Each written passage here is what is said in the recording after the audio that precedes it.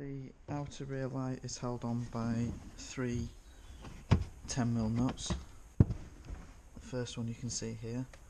The other two you'll be able to just loosen off and remove by finger. It may help to have a magnet just to stop them falling down into behind the trim. Once you've removed the three nuts, there'll just be a clip holding it in position there. Then you'll be able to undo the connectors.